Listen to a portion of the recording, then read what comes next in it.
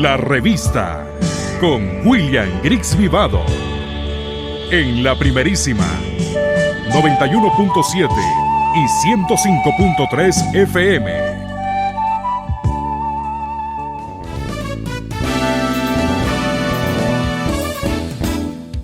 Sin fronteras para decir la verdad, sin fronteras trabajar, avanzar, combatir, vencer, sin fronteras.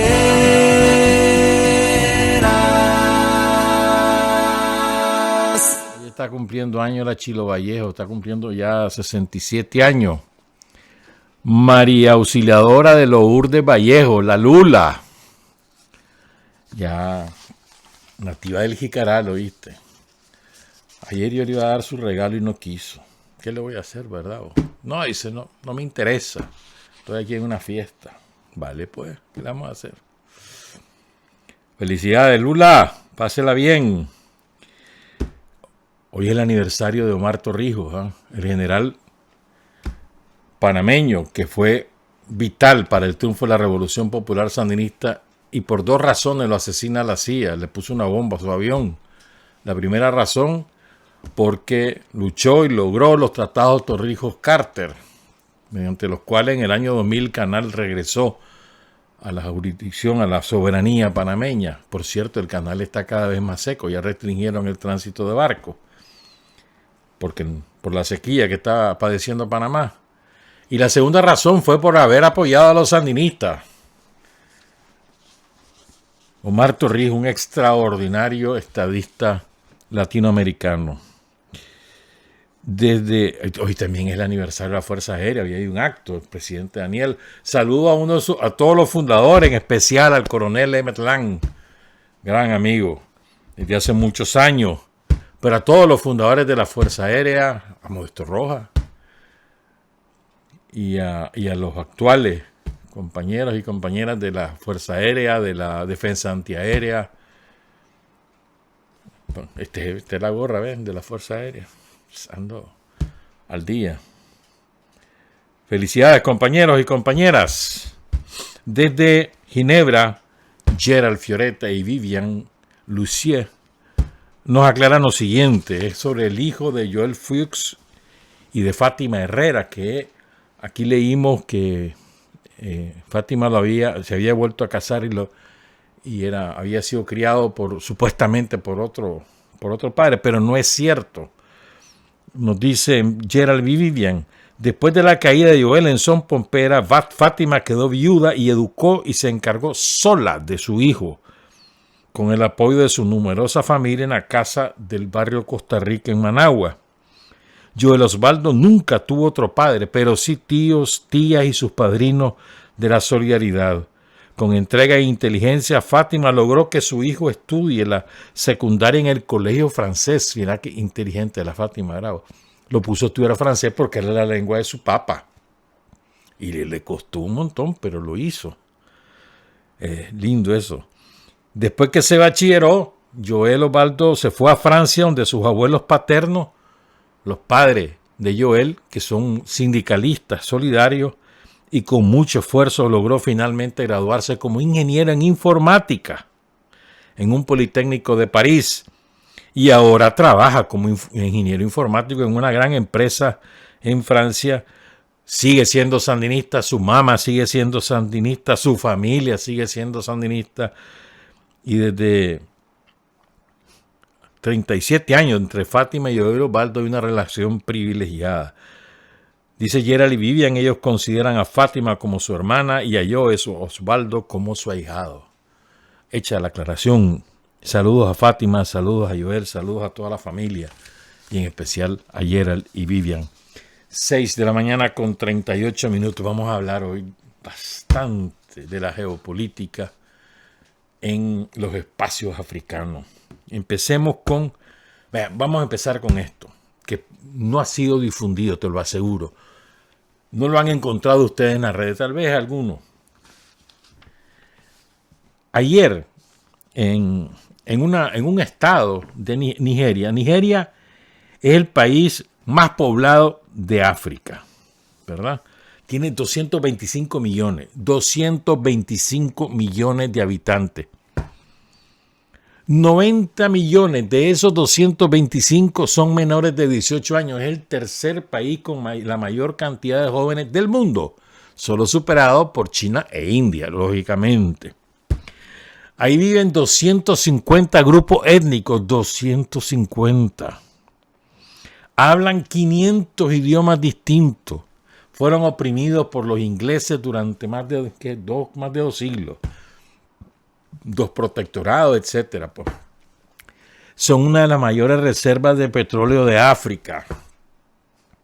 Pero además producen montones de cosas del campo. Son líderes mundiales en muchos rubros.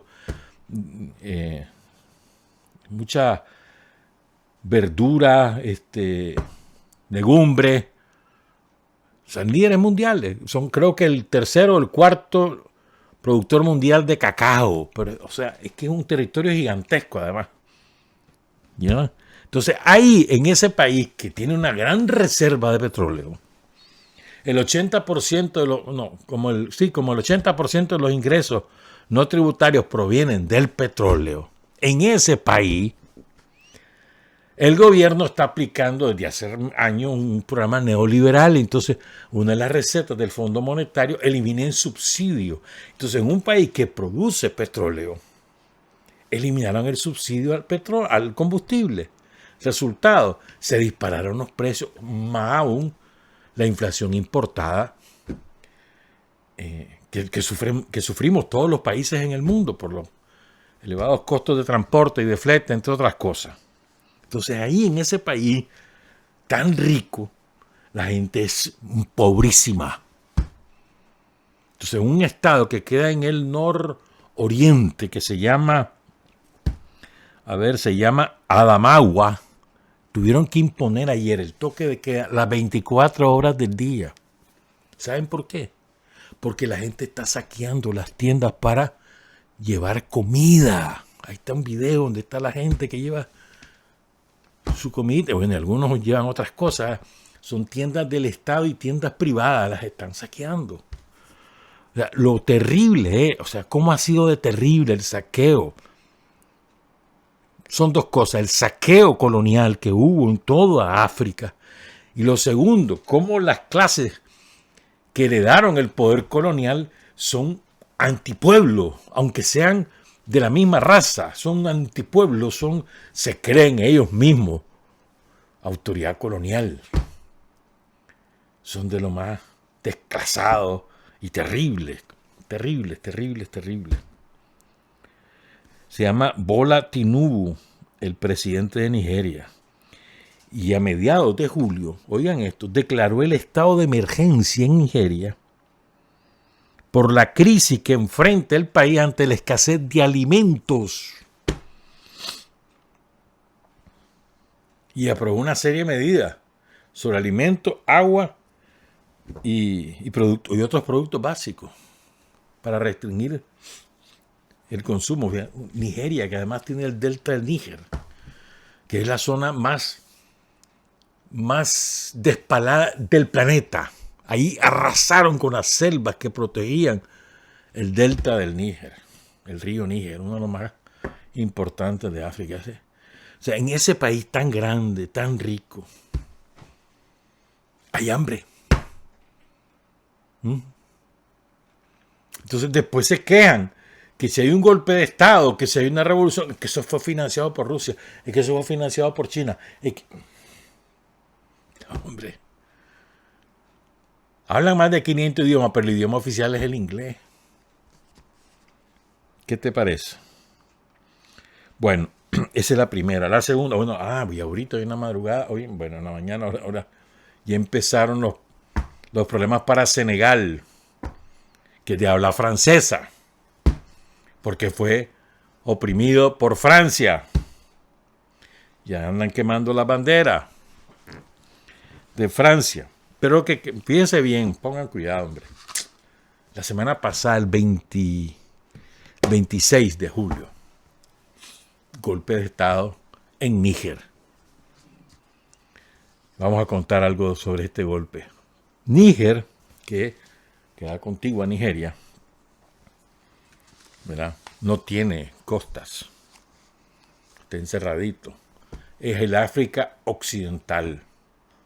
Ahí son creo que 15 naciones las que componen ahí lo que se conoce como el África Occidental, ¿verdad? Entonces, lo encabeza un general que se llama, que se me hizo, bueno, ya lo encuentro. Un general que era el jefe de la Guardia Presidencial, ¿verdad? Él era, se llama Abdurrahman Chiani, con Techiani.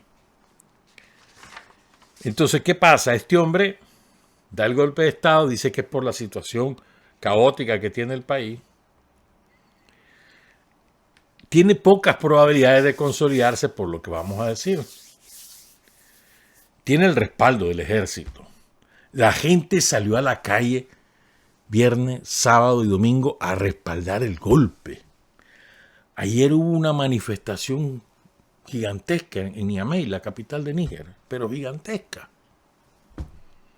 Y la gente, antes de esa manifestación, grupos de gente llegaron a apedrear la embajada francesa.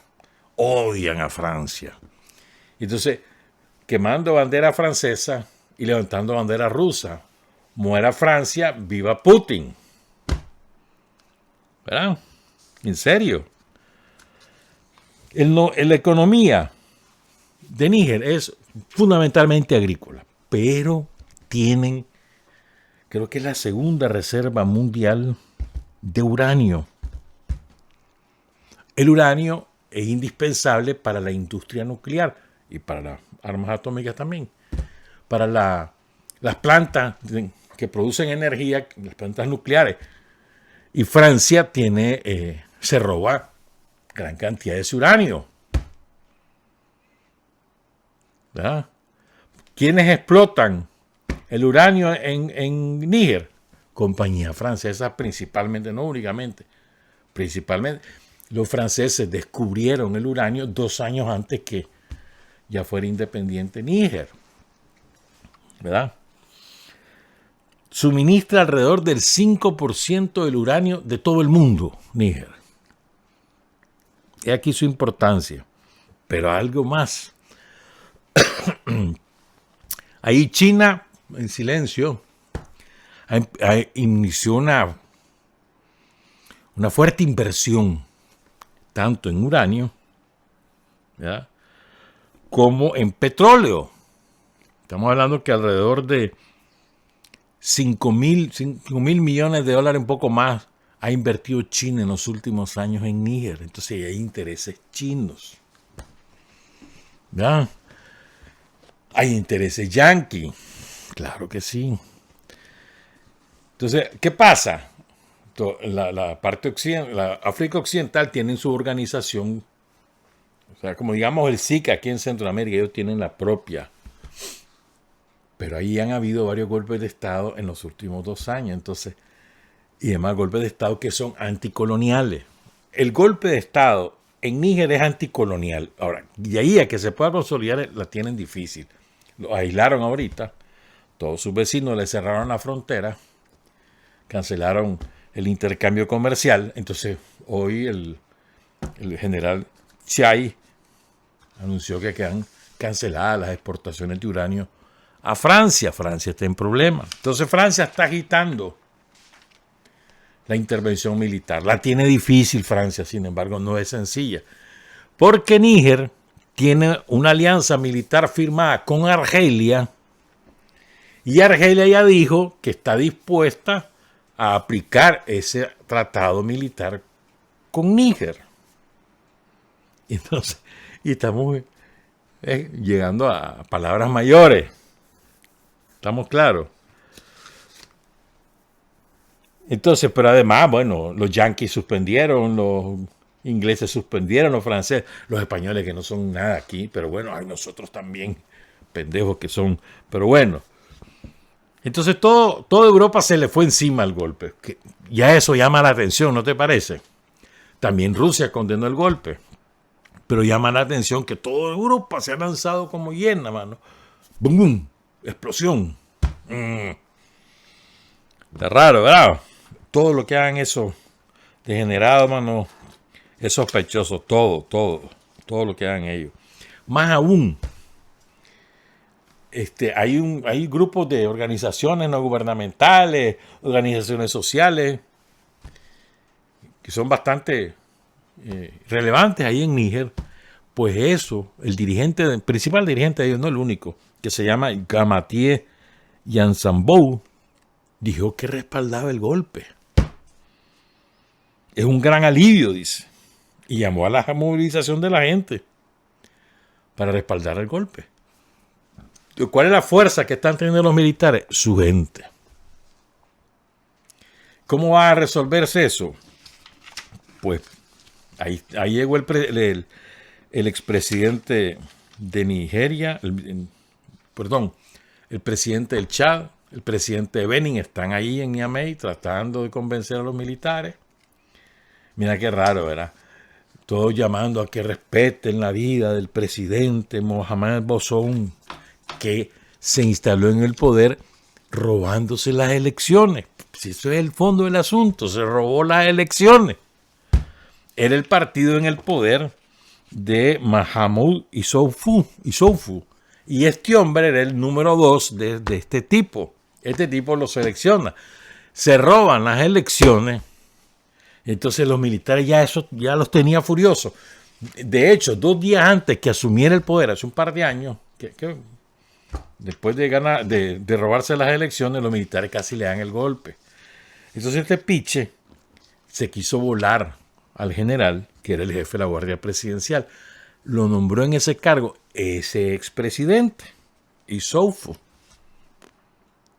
Y entonces su sustituto se lo quería echar. Entonces ahí, sumarle a eso, que se robó las elecciones, y sumarle a eso la enorme pobreza y crisis que hay en Níger, y ahí está el resultado. Entonces, ¿qué posibilidades tienen la gente? Si la gente se mantiene con ellos y resiste, la salida probable es que renuncie este piche, se convoquen a nuevas elecciones, se forme un gobierno de transición y los militares regresan a sus cuarteles. Eso es probablemente lo que va a ocurrir si la gente se mantiene respaldando el golpe. Esa es la clave. Pero es un momento interesante. Entonces dicen los franceses que detrás del golpe están los rusos, porque además en Mali, que es un país vecino, donde hubo un golpe de Estado, además donde hay un gobierno que rompió con sus colonias, con su metrópoli, un golpe de Estado anticolonial, donde hay más presencia rusa. El grupo Wagner está ahí, por ejemplo. Entonces la tienen difícil que utilicen a la organización regional para una intervención militar, aunque lo han dicho, lo dijeron en el comunicado de antier. La verdad que la tienen difícil. Primero, por la alianza de Níger con Argelia. Segundo, por el respaldo popular. Y tercero, porque difícilmente Burkina Faso, que es también de esa región, o Mali se van a sumar a una intervención militar en Níger. En fin, es interesante. Recordemos que el capitán Touré llegó al poder en Burkina Faso mediante un golpe de Estado. Y lo mismo pasó en Mali. Entonces estamos hablando... bueno, además, Francia tiene presencia militar allí. En Níger tiene 1.500 soldados. Porque tuvo que cerrar la fuerza militar que tenía en Mali. La sacaron de ahí los militares después del golpe. Váyanse de aquí. Entonces, simbólico, y claro, ya había anunciado que también se van a ir de ahí porque no los quieren, a los franceses no los quieren, los desprecian los pobladores, los ciudadanos del África Negra, es la verdad. Por cierto, ¿sabes cuánto es la esperanza de vida en Níger? 55 años. Cuando una persona nace en Níger, lo máximo que aspira a vivir es 55 años. Mira qué terrible. Un país que tiene tierra gente muy trabajadora. Y miren, entonces, el fondo del asunto son los remanentes coloniales y la continua opresión francesa que se roba el uranio. Y la riqueza se la llevan ellos. Migajas son las que le dejan al pueblo de Níger. Ese es el fondo de todos los golpes que hay en África, en uno u otro sentido. Ese es el fondo, toda la presencia colonial. A veces que es para subordinarse a las colonias, a las metrópolis, es decir, porque las empresas coloniales financian los golpes, y a veces porque contra la dependencia de la metrópoli. Entonces, ¿por qué es tan interesante lo que está pasando? Porque África, para mí, África es el futuro del mundo. De ahí van a ser todas las soluciones. Ahí va a haber. Ya no lo voy a ver yo, pero de ahí viene. El origen de la humanidad, acuérdense que es del lado de Etiopía, por ahí. Y ahí es donde nace el ser humano, el Homo sapiens. Y ahí se salió para todo el planeta. Y ahí van a ver las soluciones, ya vas a ver. Además, hay una tendencia. He estado leyendo mucho sobre África a propósito de la cumbre África-Rusia, la segunda, que se hizo en San Petersburgo la semana pasada. Pero además, los africanos van en un proceso acelerado de descolonización del pensamiento, que es lo más importante. Vos lees a los intelectuales africanos y vos ahí percibís ya una visión del mundo muy africana y despojada de complejo frente a las colonias, frente a las metrópolis. Me parece maravilloso. Vos lees a todos los africanos y cada quien desde su propia experiencia, pues. Y eso fue reflejado en esa cumbre con muchas de las expresiones de los presidentes y otros representantes que participaron en el evento. Que además hubo otros eventos paralelos que ya les voy a contar. Pero bueno, entonces fíjense, Putin está cosechando lo que sembró la Unión Soviética, a pesar de Putin, creo yo. Es interesante. La mayor parte de los presidentes que ahí participaron reivindicaron su amistad con la Unión Soviética y agradecieron lo que la Unión Soviética hizo por la independencia de gran parte de las naciones africanas, que sin la Unión Soviética no lo hubiesen conseguido. Entonces, Putin, a pesar de Putin, porque Putin no le gusta hablar de la Unión Soviética, más que para el aspecto militar y de la Segunda Guerra Mundial, ahí muere. Pues no, o sea, si Rusia tiene posibilidades de ampliar su influencia en África, es gracias a la Unión Soviética, a lo que hizo la Unión Soviética. Son decenas de mil, y cuidado más, de africanos educados en la Unión Soviética.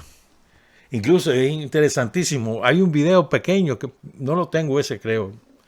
No, de la delegación de uno de los países, creo que la de Nigeria, creo que era. La del Congo, creo que era. Entonces, ya son personas mayores de 50 años. Todos negros que cantan el himno de Rusia. ¿Me entiendes? Y entonces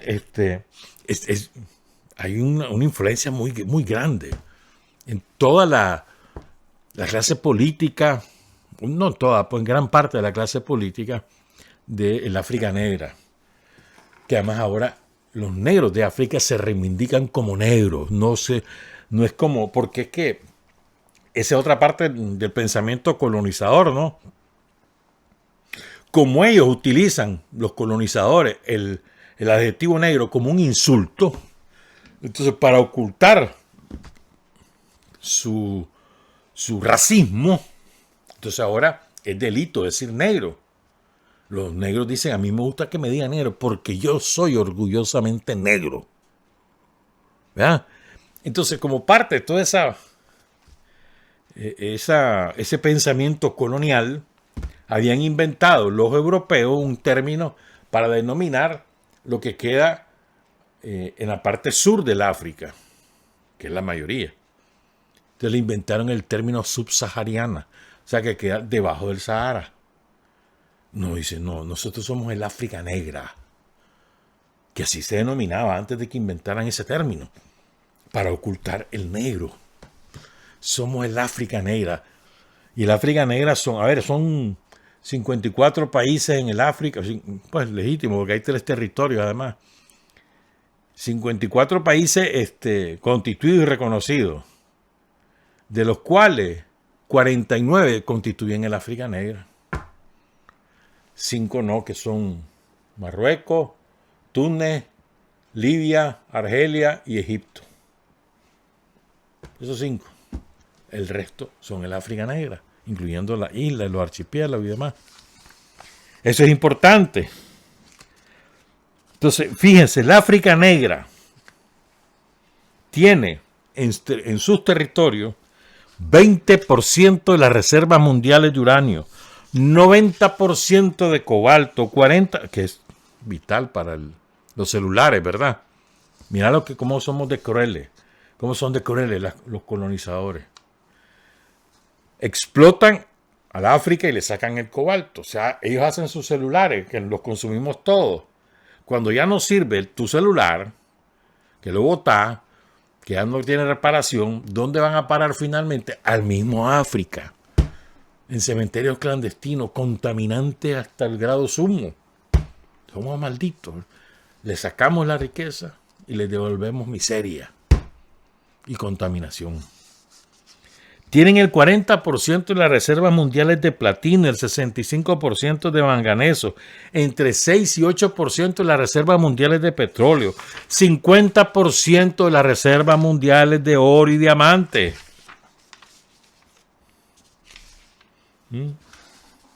Ahí tenemos Guinea Ecuatorial y Nigeria, petróleo.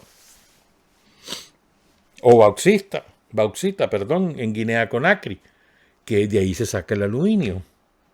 O coltán, en el Congo. Congo tiene el 90% de las reservas mundiales de coltán, que también se usa para los celulares. Venezuela tiene también, y Colombia. Pero el 90% están en el Congo.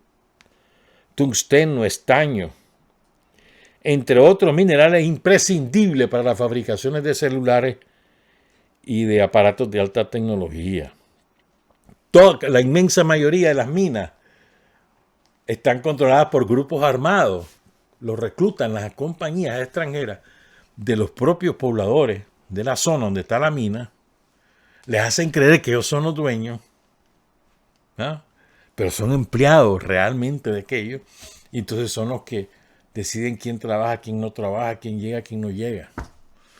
Y entonces matan a sus propios compatriotas. Son totalmente desclasados. Así de cruel, ¿no? Entonces, fíjense, si no ha sido la Unión Soviética, la colonización de África hubiera continuado. Sin duda alguna. 23, fíjense bien, de los 54 estados de África, 23 están en el fondo del índice de desarrollo humano, muchos de ellos con inmensas riquezas, pero siguen siendo saqueados por ingleses, franceses, españoles, belgas, holandeses, suecos, gringos.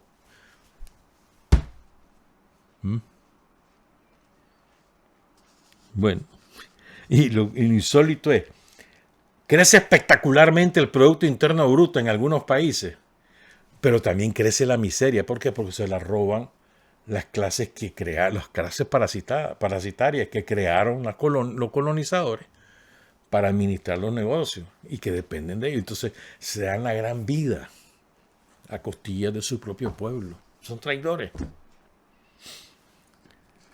¿Estamos claros? Te cuento todo eso para que tengamos una idea de lo que significa África. La África negra, bueno, el África en general, porque Argelia es una gran potencia en petróleo y Libia también, ¿no? Sí, hombre, son importantes todo. Egipto, por favor, en términos geopolíticos, Egipto es clave. De todos esos países, solo 5 no mandaron representantes a la cumbre con Rusia. Solo 5. Pero además llegaron 17 jefes de Estado. 5 vicepresidentes. 4 primeros ministros. Un presidente de parlamento. 17 viceprimeros ministros o cancilleres. Y 5 embajadores. Un éxito total. Y además, las cosas que ahí dijeron, pues, son impactantes, muchas de esas cosas. África tiene 31 millones más o menos de kilómetros cuadrados. El país más grande de África era Sudán, pero lo partieron en 2 por los intereses coloniales. Tenía como 2.600.000 kilómetros cuadrados, ahora ya no es el más grande. Ahora es el tercero más grande. Pero ahí está Nigeria, ahí está el Congo, más de 2 millones. Son países gigantescos. Estamos hablando de que esa es la 5ª parte de toda la tierra del planeta, está en África.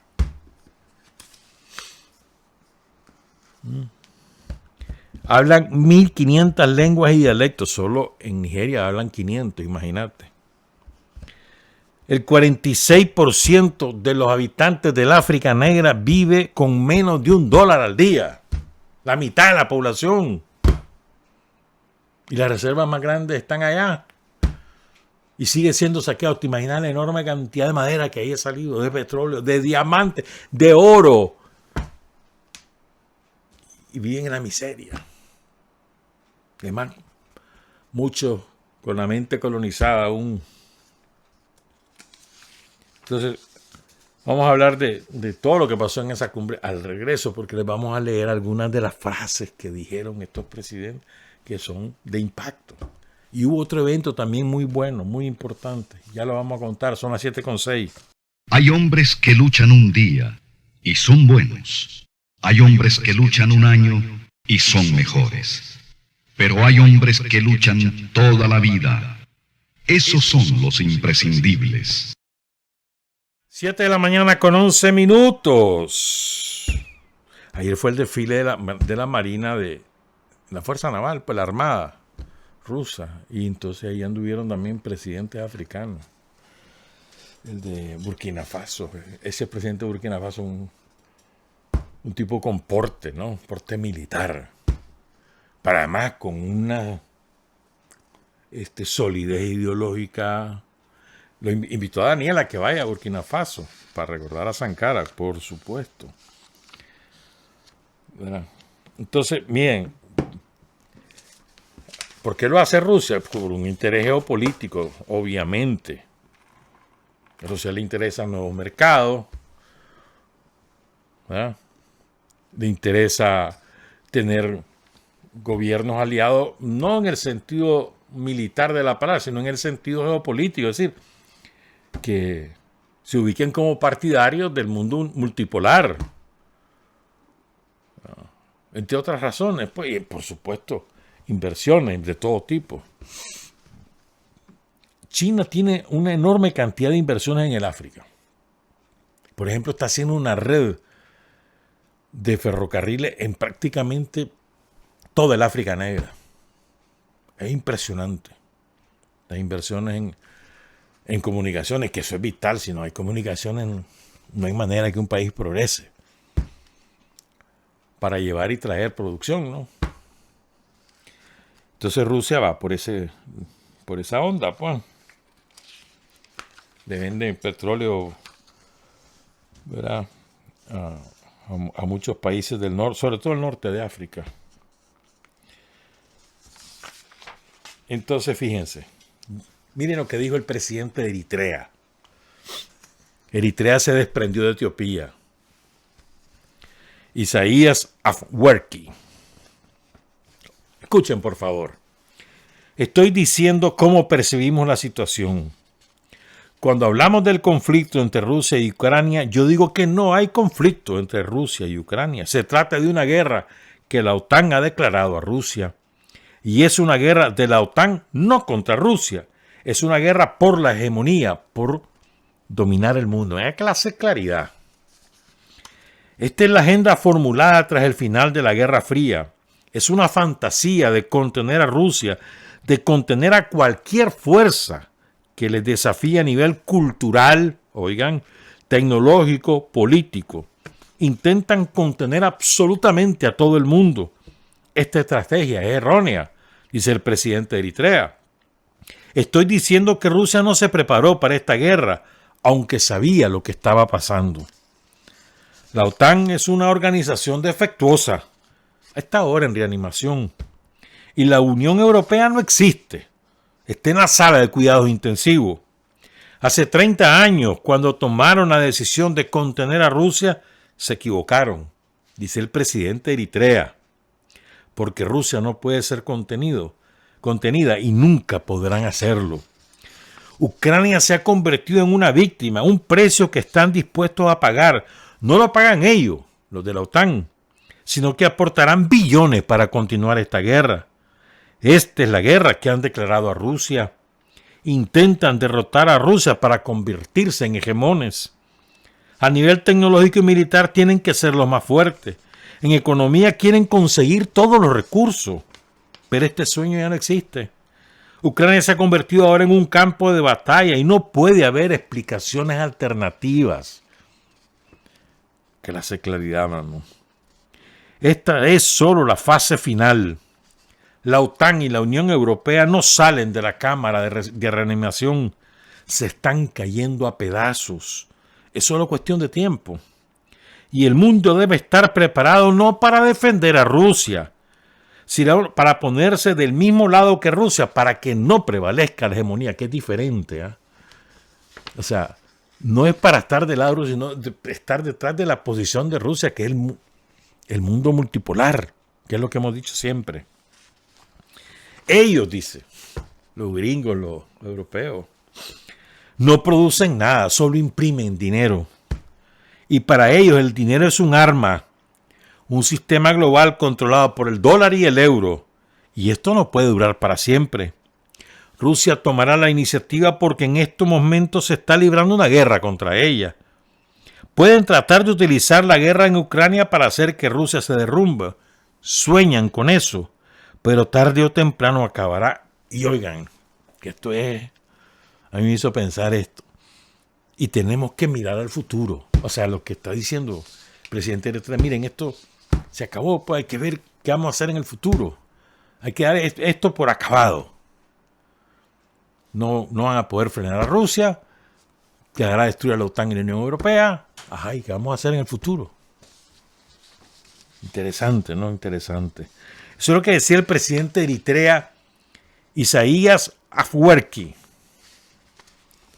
Ahora fíjense, ustedes recuerdan que a Libia la destruyeron, asesinaron a Gaddafi, destrozaron ese país, se robaron sus reservas de más de 200 mil millones de dólares, se adueñaron del petróleo, del agua.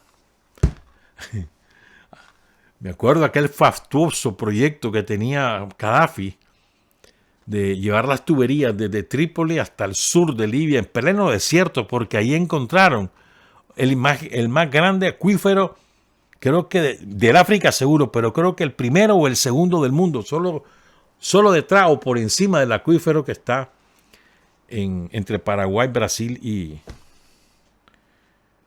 Uruguay. Creo que al mismo nivel o el segundo lugar. Entonces, bueno, ahí pasó eso en Libia, ¿verdad? Entonces, el presidente del Consejo Presidencial de Libia, que es una suerte de junta de gobierno de muchos grupos, se llama Mohamed Younis Ahmed Al-Manfi. Oigan lo que dice. Que no tiene nada que ver con Gaddafi. África cree que estuvo sometida a una explotación injusta durante varios siglos y que aunque formalmente todos los países se deshicieron del yugo colonial, todavía no hemos logrado crear estados genuinamente nacionales. Ahora debemos esforzarnos junto con la Unión Africana por cambiar el sistema de membresía en el Consejo de Seguridad de la ONU, que es uno de los acuerdos de la cumbre, que Rusia va a respaldar que se incorpore a África en el Consejo de Seguridad. Occidente ha continuado preservando su posición dominante, está tratando de ejercer una presión generalizada sobre nosotros. Utilizando nuestra deuda financiera en su propio interés, destruyendo nuestras economías y aumentando la pobreza y la miseria en nuestros países en todas las formas posibles. Más claro no pinta un gallo. Ahora, el presidente de Uganda, no canta un gallo, perdón. El presidente de Uganda, Yoweri Museveni. Sí, estamos hablando de países totalmente diferentes. Eritrea, allá por el Cuerno de África, cerca de ahí. Libia, en el norte de África. Ahora Uganda, al centro. La independencia de la mayoría de los países africanos no significa una desconexión saludable con las economías imperialistas. Y en esos términos, economías imperialistas. Hasta ahora, muchas de las economías africanas todavía enfrentamos los cuellos de botella y las distorsiones de la era colonial. Aunque se han logrado algunos avances, queda mucho por hacer. Es por eso que escuchas que el PIB de África es actualmente 2.700 millones más pequeño que las economías individuales de países como Japón, Alemania, sin mencionar a Estados Unidos, China. O sea, la economía de Japón, o la economía de Alemania, o la economía de China, o la economía de Estados Unidos, es 1.000 millones de veces más grande que la economía de toda África. ¿Cómo la han destruido? ¿Cómo la han saqueado? Es una cosa espantosa, hermano. Solo decir el presidente de Uganda, Yoweri Museveni. Presidente del Congo. También en el centro, la mayor selva del mundo. Ahí está. Bueno, después de Amazonas, ¿verdad? Denis Sassou Nguesso. Es imposible industrializar nuestro país sin electrificación. Pues sabes el absurdo. La mayor parte de los países que fueron colonizados por Francia tienen menos de la mitad de su población con acceso a la energía eléctrica. Se roban todo y ni luz les pueden poner a la gente. Mira qué horrible. Y entonces ahí le recordó el presidente del Congo a Putin una frase creo que de Stalin, que era un eslogan de la Unión Soviética. El comunismo es el poder soviético más la electrificación de todo el país. Lenin tuvo una sabiduría. Su primer gran proyecto fue la electrificación de toda Rusia. Y para 1930, ya muerto Stalin, ya Rusia estaba electrificada al 100%. Por encima de lo que estaban electrificados por las potencias coloniales europeas. Y otra cosa que recordaron en esa cumbre, los pueblos africanos no pueden olvidar los crímenes cometidos por los colonizadores. Por ejemplo, dice uno ahí, las atrocidades de Bélgica en el Congo, a propósito que hablábamos del Congo ahorita. ¿Cómo fue asesinado Patrice Lumumba, fundador del Partido Movimiento Nacional del Congo y portador del gran artífice de la independencia del Congo? Y los malditos asesinos que contrataron gente del propio Congo para matarlo, le quitaron los dientes a Patricio Lumumba para llevarlo como recuerdo. Así de sádico. Y en el rey, el rey de ahorita, ay, yo pido perdón por el rey. ¿Cómo es que se llamaba aquel maldito rey? Leopoldo, que consideraba el Congo como su finca. Asesinaron a millones en el Congo. Los belgas que se las dan de demócrata. El presidente de Mali, Assimi Goïta, oigan lo que dice. Rusia ha podido mostrar en momentos difíciles su condición de socio fiel de Mali, que es vecino de Níger. Ha sido leal, dinámica y nos ha ayudado a enfrentar las dificultades. Nos ha acompañado y ha respetado nuestra soberanía. Eso es muy importante para restablecer la paz, la estabilidad y la seguridad, por lo que ahora debemos sobre todo proteger a nuestra población y defender la integridad territorial de nuestro país. Esta elección estratégica es muy importante para nosotros y por supuesto debemos ser completamente independientes y autosuficientes y fortalecer nuestras Fuerzas Armadas. Por eso en Mali tenemos una asociación militar con la Federación Rusa. Estamos. Por eso te digo, lo de Níger no crean que eso va a ser una solución de un día para otro, ni necesariamente hacer una invasión francesa. La tienen difícil. En fin, no digo que no lo vayan a hacer, pero la tienen difícil. Entonces Putin no tuvo más remedio que reconocer pues lo que había hecho la Unión Soviética. Y dice, cuando hablamos de que la Unión Soviética ayudó a los países africanos en su lucha por la independencia, no debemos olvidar que Ucrania formaba parte de la Unión Soviética. Porque, a ver, espérame, no te he dado el contexto, porque termina la cumbre, ¿verdad? Entonces hay un grupo de países africanos nombrado por la Unión Africana para promover la paz entre Ucrania y Rusia. Ya fueron a Kiev y después fueron a Moscú. En Kiev los batearon y dijeron, no, a mí no me interesa negociar, sino es que se vayan de aquí y que se rindan. Es prácticamente. Entonces se reunieron con Putin para hablar de Ucrania. Entonces viene Putin y les recuerda que Ucrania era parte de la Unión Soviética. O sea, que ustedes han reivindicado el papel de la Unión Soviética, pero acuérdense que parte de la Unión Soviética era Ucrania. O sea, como diciendo, ustedes también... Ay, fue un desliz, creo yo, pero bueno, pues. Entonces dice, ellos tienen, los mandatarios africanos, una buena actitud hacia Ucrania y piensan sinceramente en que lo harían para poner fin al conflicto. Lo hacen por motivos internos. Sin embargo, algunos estudiaron en Ucrania en ruso. Tengo un amigo que estudió ahí en Kiev cuando era parte de la Unión Soviética. ¿Verdad? Y no les gustaban los nacionalistas de Ucrania, ni entonces ni ahora. Algunos cuentan cómo los trataron. La iniciativa en sí es buena, en el sentido de que pretende encontrar una solución pacífica. Y ahí les recordó Putin una anécdota de Stalin. Ahí sí se acuerda Putin. Dice Putin que en las negociaciones en Yalta, ¿verdad? Para repartirse, a ver cómo iba a quedar pues los territorios que se había adueñado Hitler, a quién iba a quedar qué cosa. Ahí fue cuando partieron Corea en dos, a espaldas del pueblo coreano. Y entonces dice Putin que le dice Stalin a Churchill, bueno, Lviv le queda a la Unión Soviética, que es la parte occidental de Ucrania. No, espérate, le dice Churchill. Lviv nunca fue parte del Imperio Ruso, de Pedro el Grande o de la Catalina, no. Entonces le dice Stalin, ¿verdad? Eso es verdad, dice, pero Varsovia sí fue parte del Imperio Ruso. Esto a propósito que los polacos están pegando alarido ahí.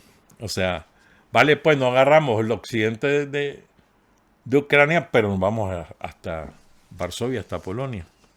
Anécdota que se tiró ahí Putin. Oigan lo que le dijo el presidente de Guinea-Bissau. Miren cuántos presidentes voy leyendo. Omaro Sissoko Embalo le dice a Putin, en nuestro equipo, en el equipo que él llevaba allí, a Moscú, perdón, a Leningrado, a San Petersburgo, le dicen ahora, ¿no?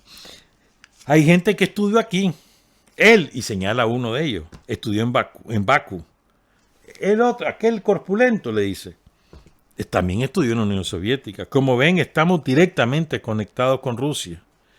Quiero decir, dice el presidente de Guinea-Bissau, que pueden contar con Guinea-Bissau como socio fiable. No solo somos amigos, somos hermanos. Nunca olvidaremos el apoyo que el hermano pueblo soviético nos brindó en nuestra lucha por la independencia. Hoy venimos aquí y representamos a una nación independiente, pero llegamos a hacerlo gracias a ustedes y no podemos olvidarlo. Agradecido. Y después vino Traoré, que es el capitán del ejército de Burkina Faso, presidente del comité de transición después del golpe. Se llama Ibrahim Traoré, heredero de Tomás Sankara. Rusia también es una familia para África, dice. Y recordó en particular el gran sacrificio de la Segunda Guerra Mundial, de la Gran Guerra Patria. Quisiera destacar la amistad en esta importante etapa entre el pueblo ruso y el pueblo burkinés. Rusia está llevando a cabo una operación militar especial y tenga la seguridad, le dice Ibrahim a Putin, que nuestro pueblo le apoya. nosotros apoyamos a su gobierno. Algunos de nuestros socios tradicionales nos están dando la espalda. Y vemos entonces quién es nuestro verdadero amigo, es decir, Rusia, que nos ha apoyado desde la época de la colonización y nos sigue apoyando hoy. Debemos rendir homenaje a nuestros pueblos que luchan, que luchan, que luchan. Gloria a nuestros pueblos, victoria a nuestros pueblos. Gracias, camaradas, patria o muerte.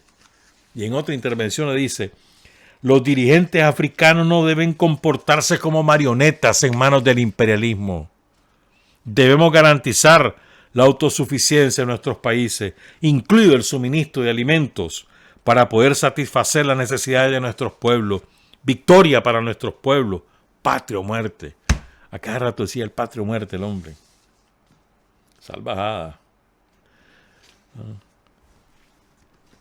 Por cierto, le dijo Traoré, Rusia podría hacer inversiones para generar electricidad y que la gente tenga luz. La mitad son, a ver, por aquí tenía la cifra, que 800 millones de habitantes de África no tienen acceso a la energía eléctrica. No, 600 millones. 600 millones. Un país que produce petróleo y tiene gigantescas posibilidades de generar energía hidroeléctrica. Por ejemplo, Nigeria, la mayor parte de la energía que produce es a partir de la biomasa, por ejemplo. Y hay 600 millones que no tienen luz. ¿Cómo será la explotación a la que han sometido a África? El presidente de Senegal, donde hay problemas ahorita, Macky Sall, África necesita infraestructuras de desarrollo, ferrocarriles, electricidad, presas hidroeléctricas, necesita seguridad colectiva. Pero esta frase es preciosa de este hombre. Escuchen esto. Nosotros no nos compadecemos de nosotros mismos. No pedimos a nadie que se compadezca de nosotros. Los jefes de Estado de África no hemos venido a mendigar. Una enorme dignidad. No nos compadecemos de nosotros mismos. No pedimos a nadie que se compadezca de nosotros. Frase fuerte. Los jefes de Estado no hemos venido a mendigar. Después eso lo recogió Putin y lo dijo. Aquí no han venido a mendigar ninguno. Ninguno ha pedido nada, dice. Hemos hablado de otras cosas. Es muy importante. Ahora vamos a hablar de otro aspecto. Tenemos que hablar un poquito del sauce, porque tenemos un testimonio importante del guayabo, del asalto de la Guardia Somocista de la escuela guerrillera que había en el Sauce el 2 de agosto de 1975. Vamos a hablar de eso porque tenemos un testimonio grabado. Pero déjenme terminar por lo menos una parte, porque tengo tanto que hablar de esto. Porque es que hubo otro evento, ¿verdad? Simultáneo. Son inteligentes. O sea, que este era el otro objetivo de Rusia. El otro objetivo de Rusia ahí era lograr abrir espacio para la difusión de sus puntos de vista a través de la red de sus medios de comunicación, sobre todo que la encabeza Russia Today, RT, con canales de televisión, páginas web y cuentas de redes sociales. Ese es otro gran objetivo que se trazó Putin. Y para eso puso a RT a organizar un foro, no solo de periodistas y directores de medios de toda África, sino hizo una cosa interesantísima. Llevó a los hijos de las grandes figuras del África, ¿no? O los nietos, o los hijos y los nietos, la nieta de Mandela, el hijo de Nyerere, el hijo de Lumumba, entre otros. Entonces hizo un foro simultáneo a discutir que esos tienen más libertad para decir las cosas porque no están ocupando posiciones de gobierno. El hijo de Oliver Tambo también. Y dijeron cosas interesantísimas. Sobre todo desde el punto de vista ideológico. No vamos a tener tiempo de hablar de eso ahora, pero el viernes, pues porque vamos a tener programa el viernes. El miércoles no, pero el viernes sí. Entonces, en esa reunión que se llamó Panafricanismo, Orígenes, Modernidad y Futuro, con 140 periodistas, directores generales, jefes de comunicación africanos, jefe de la Unión Africana de Radiodifusión. La radio en África es sumamente importante. La radio AM en África, la radio de onda larga en África, pues, que ya no existe en el resto del mundo, sigue teniendo una gran influencia. Onda larga que cuando uno ponía la gran antena, a ver, medio se oía. Bueno, ahí en África pega, hermano. ¿Por qué? Porque no hay electricidad. Bueno, entonces llegaron Nileka Mandela, Nomatemba Tambo, Josina Machel, hijo de Zamora Machel, Mendia Bimbela, hijo de Benbela de Túnez, Gamal Abdel Nasser Jr., hijo de Nasser de Egipto, Madakara Nyerere, hijo de Yolan Nyerere, Roland Lumumba, Kabechi Kaunda, el hijo de Kaunda. Ya. Leí un dato ahí. No sé cómo estamos en Nicaragua ahorita. Oigan este dato. Aparte, es que lo mencionaron en ese evento. Es un dato interesante. El 67% de los rusos, 67, o sea, de cada 100 rusos, 67 pasan hora y media leyendo o viendo video de las redes sociales. Hora y media diario. Chocho, clase de dependencia. Por aquí andamos. ¿Cuánto? ¿Vos te consumís como cuántas horas? Como unas 7 pasar por redes sociales. Yo estoy viendo pornografía y videos musicales. ¿Y qué más? Y películas. Hay videojuegos. Eso son la ley. Mentira, hombre. Por ahí anda así. Aquí el consumo, ¿cuánto será? Para ir, creo yo, fácil. Es que todo el mundo anda con voy a jugar. Un dato nada más. Pero bueno. Bueno, dice, pero la noticia es el contenido más consumido. Aquí lo sigue siendo, aquí sí era eso igual. La noticia es lo que más consume la gente por redes sociales. No es la radio, ni la televisión, ni la web. Son las redes sociales las que informan a la gente. Entonces, en el discurso inaugural, Putin recordó precisamente a los próceres de la independencia de África. Dice, debemos recordarlos y no debemos olvidarlos. Pero lo que no dice Putin es que todos la mayor parte eran comunistas y orgullosos. Además, Patrice Lumumba, Gamal Abdel Nasser, Nelson Mandela, Ahmed Bimbela, Omar al-Mukhtar, Kwame Nkrumah, Zamora Machel, Leopold Senghor, Kenneth Kaunda, Julius Nyerere. Recordamos a otros luchadores por la libertad y líderes nacionales africanos, basados en los principios de justicia e igualdad, defendieron firmemente para sus pueblos una vida independiente de desarrollo, a menudo a costa de sus propias vidas. Estos ideales de libertad, independencia y soberanía son muy significativos, incluso ahora, en las difíciles condiciones actuales de turbulencia internacional, cuando está en marcha la formación de un orden mundial verdaderamente multipolar. Entonces es importante que en la declaración, que es como de 74 puntos, la declaración final, bueno, fueron 5 declaraciones y creo que 3 memorándum, pero en la principal, 74 puntos. Entonces en esa declaración hay una suscripción de los principios esenciales de la política exterior rusa y un compromiso de la lucha contra el terrorismo, contra el nazismo, contra el colonialismo, contra el racismo, contra un concepto importante, no solo la rusofobia, sino la aforofobia, porque también hay aforofobia. Afrofobia, perdón. Hay. O sea, fobia a los africanos. Ahí está escrito eso. ¿Ya?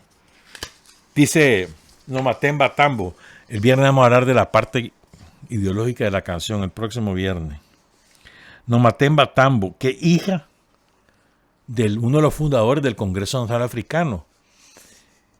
O sea, este hombre que tuvo que exiliarse, ¿no? En Zambia, estuvo como 30 años ahí. En Zambia le dio un derrame antes que liberaran a Mandela, antes que triunfaran finalmente. Lo dejó bastante disminuido, pero después se fue recuperando y finalmente se murió de otro derrame. En el 93. El aeropuerto de Johannesburgo, así se llama, Oliver Tambo. Dice Nomatemba Tambo, su hija: en la Unión Soviética nos entendían bien. Ahí mostraron interés y se tomaron el tiempo necesario para entendernos bien. Y nosotros les entendíamos bien a ellos. Nuestros jóvenes viajaban a Moscú para cursar estudios superiores, aprendían ruso. El primer chico que conocí como novio, pues, un surafricano negro que estudiaba en la Universidad de Rusia, intentó enseñarme a hablar ruso. Verás cómo le queda la mentalidad, pues. Pero este es el respeto de la Unión Soviética, ¿no? A los hijos del pueblo africano. La Universidad Patricio Lumumba, que la acaba de reabrir Putin, porque la habían cerrado en tiempo de Yeltsin, él tampoco la había reabierto hasta ahora, cuando ven que están, entonces sí la abrieron para educar, para becar a miles de estudiantes, de chavalos africanos, que no tienen la posibilidad en sus países de estudiar una carrera científica o técnica, ni tampoco las especialidades nuevas que hay en el mundo. Entonces, digo, incluso el propio Mandela, ¿no? Dice, hay una entrevista que dio la nieta de Mandela, que para mí es de lo mejor. Ahí lo vamos a abordar el viernes, pero quiero cerrar con esta parte. Espérame. No. Sí, eso lo vamos a dejar para el viernes, ¿no? Para que hablemos un poquito del sauce. Son las 7 de la mañana con 40 minutos. ¿Por qué queremos hablar del sauce? Porque el 2 de agosto de 1975 fue el asalto de la Guardia Somocista a la escuela guerrillera que se había instalado después de la operación Juan José Quesada. Que cuando rompemos el silencio, ¿no? Entonces, una de las cosas que se hizo, estaba Pedro Arauza en esa época, fue abrir escuela guerrillera y en el viejo extraer guerrilleros del viejo que hay una escuela guerrillera en el viejo, una escuela de guerrilleros, varias escuelas guerrilleras, pues, pero una escuela de guerrilleros. Narciso Cepeda, Germán Pomares, bueno, y muchos otros compañeros. Y entonces Aurelio Carrasco. Entonces se abre pues una escuela donde se iba gente de distintas ciudades, chavalos, a entrenarse. Allí en el Sauce. Entonces había una finca ahí, en la comarca del Guayabo. Por cierto, ahí tenemos la foto del dueño de esa finca. Se llamaba, Serafín Ramírez, donde estuvo ubicada la escuela guerrillera. Ahí está una foto con Daniel. Entonces ahí caen 8 compañeros. Caen Julia Herrera de Pomares, Mercedes Reyes, Gilberto Rostrán, Mario Estrada, Arlenciú, Juan Espinosa, Leónidas Espinosa y Hugo Arévalo. 8 compañeros caen ahí. La mayor parte de ellos caen defendiendo la retirada del resto de muchachos. Poco después caen presos algunos, como el Chiri Guzmán, que en paz descanse, que cayó preso ahí. Logra escapar, pero después le cayó la guardia. Digamos, lo que más se conoce, y Chiri lo decía también, es que hubo alguien, yo sé el nombre pues y todo, y lo que está lo conocí, que estaba prohibido que los guerrilleros tuvieran relaciones entre sí, o sea, relaciones maritales. Entonces hubo una pareja ahí, la muchacha queda embarazada, la tienen que sacar, y el muchacho deserta y era hijo de una familia somocista, y es la que le avisa a la guardia de lo que está pasando, ¿no? Entonces, por cierto, Arlenciú, quiero agradecer, antes de seguir, a Ángel Danilo Mejía Castro. Danilo Mejía, lo conocen, que a través de él es que conseguimos estos testimonios. y que nos escribió otras cosas. Él es viejano, pero vive en Irlanda hace muchos años. Allí estaba para el golpe somocista, viviendo en Irlanda, y lo sacaron aquí todas las páginas contra, como que era el piloto. ¿Te acuerdas que aquel invento que hicieron de la avioneta que fumigó veneno aquí? ¿Te acuerdas aquí en Viatiscapa? Y después se fue a Masaya, que era pura mentira, diciendo que él era el que pilotaba la avioneta y él viviendo en Irlanda. Así es, así son los somocistas, hombre. Pero bueno, Danilo Mejía nos mandó testimonio, nos mandó esta fotografía, ¿verdad? Por cierto, por ejemplo, Rosita Argentina Ortiz tiene que pasar la clandestinidad después de que quiebran la escuela del Sauce, por ejemplo, pues. Y entonces después va y sube con Carlos Fonseca más tarde, pues, a la montaña. Entonces, aquí tenemos algunas fotos interesantes. Es que este es Maximiliano Martínez, fíjense, el de la izquierda. Maximiliano, sobreviviente de la escuela guerrillera del Sauce. Ya van a escuchar cómo salieron de allí. Lo reclutó Pomares. Y era de la pelota de Chicho, de Narciso Cepeda, Pomares, Aurelio, en los años 60. ¿Verdad? Estuvo preso. Se voló preso entre octubre del 75 y agosto del 78, cuando lo liberan con la operación Muerte al Somocismo, el comando Rigoberto López Pérez. Y bueno, Maximiliano vive todavía. Le dicen el pelón o el dientón, pero de cariño, sí.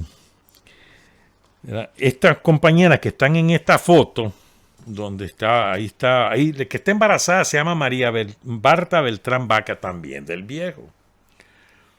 Entonces ella en la cárcel quedó embarazada de Maximiliano Martínez. Ahí se casaron. Cuando descubren que está embarazada, se casan. Ella salió de la cárcel pocas semanas o meses después y tuvo a su niño ya en libertad, ¿verdad? En esa foto también ahí está Maximiliano atrás. Ahí está Rosita Argentina, ahí está el Chiri Guzmán, ahí lo ven. Y ahí atrás está el de barba, es Javier Carrión, ¿verdad? Esto es en una de las sesiones del Consejo de Guerra, ahí entre 76 y 77. Y esta otra foto es la del compañero que vamos a escuchar el testimonio, cuyo nombre es Lucas Mariano Cortés Canales, el que está a la derecha.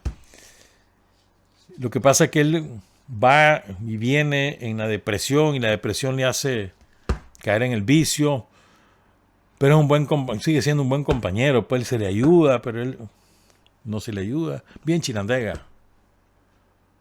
Chinandega. Maximiliano vive aquí en Managua. Por lo menos la información que disponemos, ¿verdad? Entonces, ¿quién graba estos videos? Son 2 videos los que tenemos. Lo grabó el compañero Nicolás Núñez Herrera. Él es sobrino de Dionisio Aurelio Núñez Moreno, o sea, Aurelio Carrasco, sobrino de Aurelio Carrasco. El compañero se llama, repito, el que hizo esta conversación, Nicolás Núñez Herrera. Y conversó, como te decía, con Lucas Mariano Cortés Canales. Entonces son 2 pedazos de la entrevista, son cortos. Primero, Lucas cuenta, él estaba en el campamento guerrillero, estaba con Maximiliano, en la escuela guerrillera del Guayabo, ahí en el Viejo. Entonces él cuenta cómo empezó el combate, cómo empieza la cosa. Escuchemos a Lucas Mariano Cortés Canales. Nosotros copiamos los helicópteros, pero ¿qué pasa? Dice la Marta, dice ¿cómo se llama esta? La Julia, dice, pónganse boca abajo y métanse el fusil debajo de la barriga para que no brille, porque si ellos miran brillar algo, van a dejar caer bombas. Entonces, todo el día escondido, entre el monte, pues, escondidos, y caminábamos solo de noche. Si yo me salvo con el pelón, porque caímos a una quebrada Y nosotros, como no conocíamos el terreno, cogimos, ya, la única dirección que damos era la luna, ya, que lo guiaba, que ese era para arriba. Y fuimos a salir a un lugar que le dicen San Nicolás. Ya, allí un campesino lo regaló una ropita, lo cambiamos de ropa porque el uniforme de la escuela era, la camisa era azul y el pantalón verde olivo. Ya. ¿Cómo no? Entonces, si logran salir por dónde, más o menos ya. Nosotros salimos a San Nicolás y eso queda en Estelí. Estamos caminando 3 noches. Ya. Y en el día los escondíamos. Y entonces los venimos primero, se vino el pelón. Ya, y después me vine yo, o sea que para no venir juntos, pues. Le digo yo, mira, ¿me voy yo o te vas vos? Me voy yo, pues, me dice, dale pues, porque no podemos ir juntos, porque si lo agarran, que por lo menos podemos pegar a uno. Va, pues, hombre, y aquí en Chinandega, Sí. en Chinandega él tenía una tía que vivía del Edén, Ya. una abajo. Ya, Ahí ya. se fue A refugiar. le dijo a la tía, pues, que si se estaba unos días, él no le dijo que iba a venir a la montaña. Ya, ya. Ya. Y yo me escondí con una tía mía que era Gerardo Lindo. Pero Chinandega.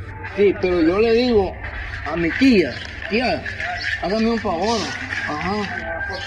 vaya donde mi hermana y le dice que busque a Hugo Valladares. Hugo Valladares fue el que me reclutó a mí y al pelón. Ya, que era familiar de Manlio, el que murió en el asalto a la PEX en León. Ah, de Manrique. De Manrique. Arteaga. Sí, de Manrique Arteaga. ¿Cómo no? Entonces, Sí. llega el muchacho inmediatamente, él llega. Esa es la primera parte de lo que dice Lucas Mariano Cortés Canales. Y ahora vamos a la segunda parte. Aquí cuenta que se fueron para el lado de Santa Cruz, aparecieron en Estelí, después fueron para Chinandega. Escuchemos.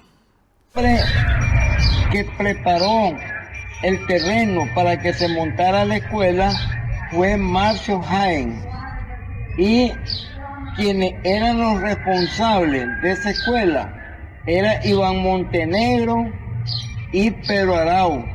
Eran los que llevaban alimentos y llevaban tiro y armas.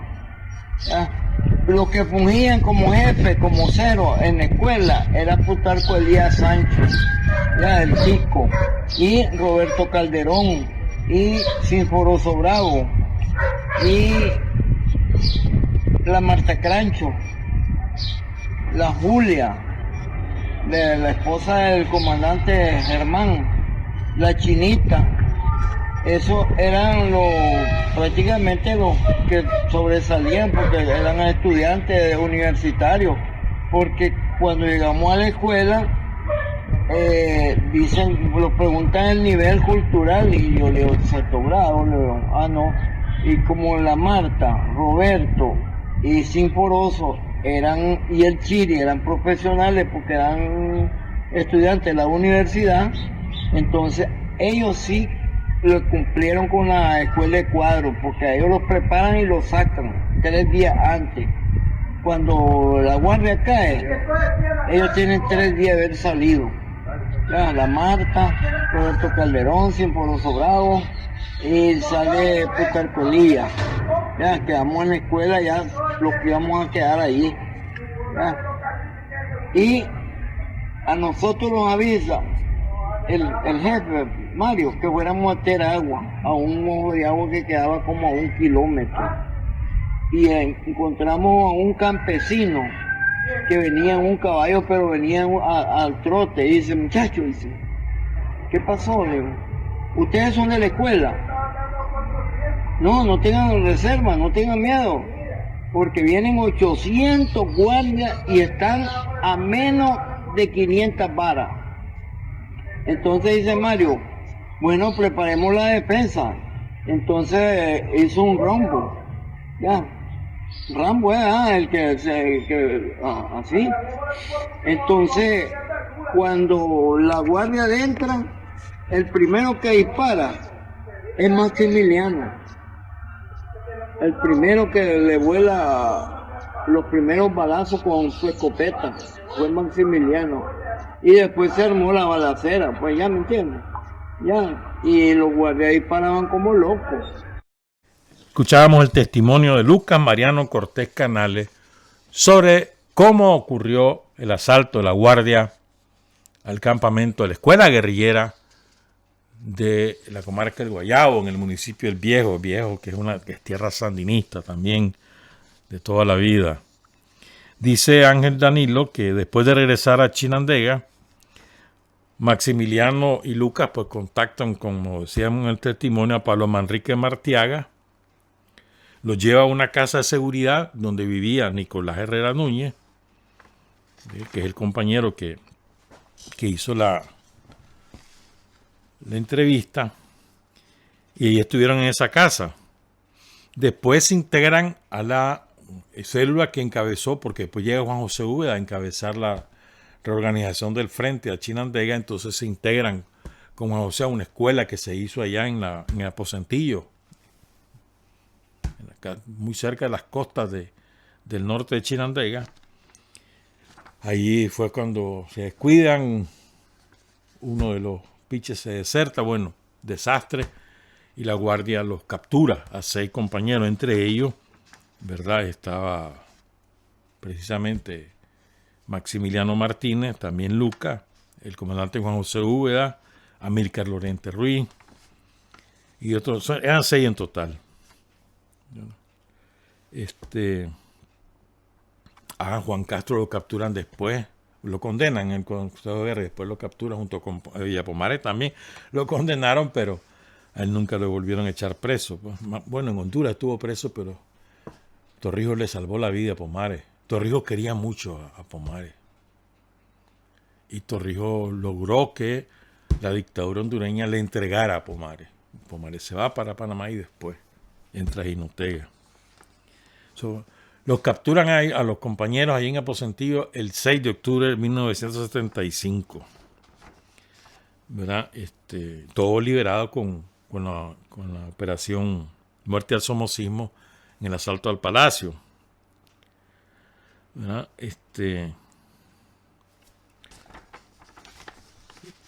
Siguen siendo compañeros. Por cierto, Marta Beltrán, la compañera que les decía, que quedó embarazada en la cárcel de Maximiliano, ya su hijo tiene que, imagínate, nació en el 75, y ahí está el hombre. Y ya ella está bastante mayor, lógicamente. Cumplió 46 años el hijo, en abril. Se llama, por aquí tengo el nombre, se llama, creo que Maximiliano Martínez Beltrán. Y fíjate que Marta Beltrán es hija de un compañero que cayó en Somotillo, y del cual voy a tratar de recuperar su foto y su biografía, tal vez con los compañeros de Somotillo. Cae en la frontera en 1974, se llamó Alfredo Medina. Era el correo del frente, o el enlace del frente en Occidente, con las estructuras de Honduras. Él era el enlace, y ahí lo matan en la frontera con Somotillo. Vamos a buscar sus datos biográficos, que alguien que nos cuenten de Alfredo Medina. Honor y gloria a los héroes del Guayabo, a Julita Herrera, que Garland tenía 21, la Julita tendría, nació en el 52, si mal no recuerdo, 23 años tenía Julita. Chavalo, la mayor es chavalo, comprometido, ¿no? Ya ahorita tenía a su hijo, a Germancito, que ya murió también. Honor y gloria a los héroes del Guayabo. Trabajar, avanzar, combatir, vencer. Patria y libertad. Revolución es sentido del momento histórico. Es cambiar todo lo que debe ser cambiado. Es igualdad y libertad plenas. Es ser tratado y tratar a los demás como seres humanos. Es emanciparnos por nosotros mismos y con nuestros propios esfuerzos. Es desafiar poderosas fuerzas dominantes dentro y fuera del ámbito social y nacional. es defender valores en los que se cree al precio de cualquier sacrificio. Es modestia, desinterés, altruismo, solidaridad y heroísmo. Es no mentir jamás ni violar principios éticos. Es convicción profunda de que no existe fuerza en el mundo capaz de aplastar la fuerza de la verdad y las ideas. Revolución es unidad, es independencia, es luchar por nuestro sueño de justicia para Cuba y para el mundo, que es la base de nuestro patriotismo, nuestro socialismo y nuestro internacionalismo.